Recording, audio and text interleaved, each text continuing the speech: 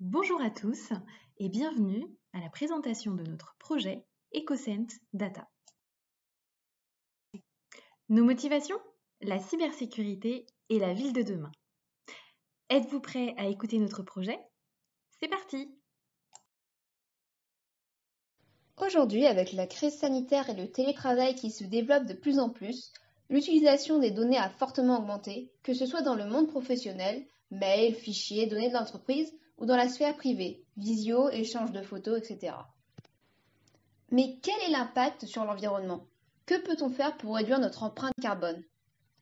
Pensez à la quantité de données que vous, ainsi que de nombreuses entreprises, stockez, utilisez et générez chaque jour.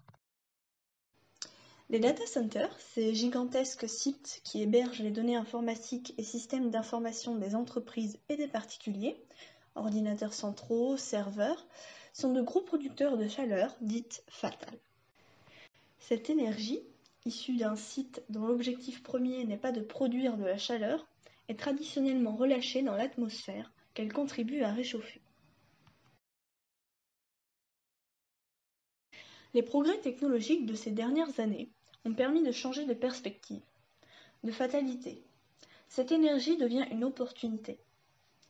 Récupérée puis stockée, elle peut être réutilisée pour le refroidissement. Vous trouvez ça aberrant? Nous aussi. Par conséquent, nous avons imaginé un projet nous permettant de réduire la consommation en électricité des data centers et ainsi être plus autonomes en énergie. C'est pourquoi nous avons eu l'idée de récupérer l'énergie thermique, soit la chaleur produite par les data centers, pour la réutiliser sous forme d'énergie électrique et ainsi éviter une consommation d'électricité trop importante. En effet, le système de refroidissement par ventilation constitue environ 50% de la consommation. Notre projet s'adresse donc aux entreprises qui sont concernées par des taxes pour stocker leurs données, mais aussi aux villes qui pourraient héberger nos nouveaux data centers. Alors, comment récupérer l'air chaud du data center? Grâce à la VMC double flux, déjà utilisée actuellement. Le principe est simple, évacuer l'air chaud par des allées chaudes et introduire de l'air froid par des conduits froids. Concentrons-nous sur les allées d'air chaud. Notre innovation? Rajouter des tuyaux contenant un liquide à bonne capacité calorifique, comme l'eau par exemple, autour des allées d'air chaud. Le liquide va alors chauffer. L'air va ensuite sortir du data center et le liquide va être conduit dans des panneaux thermoélectriques, placés dans les plafonds et sols des pièces. Ces panneaux vont convertir l'énergie thermique en électricité qui va repartir alimenter le système de ventilation du data center et bientôt plus encore.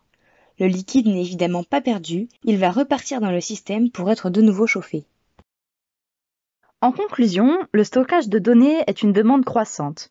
Aussi, à l'aide de 3 principes communs et simples, les panneaux thermoélectriques, la VMC double flux et le système de refroidissement des data centers, on a pu créer ce projet d'un data center plus éco-friendly. Nous vous remercions de nous avoir écoutés.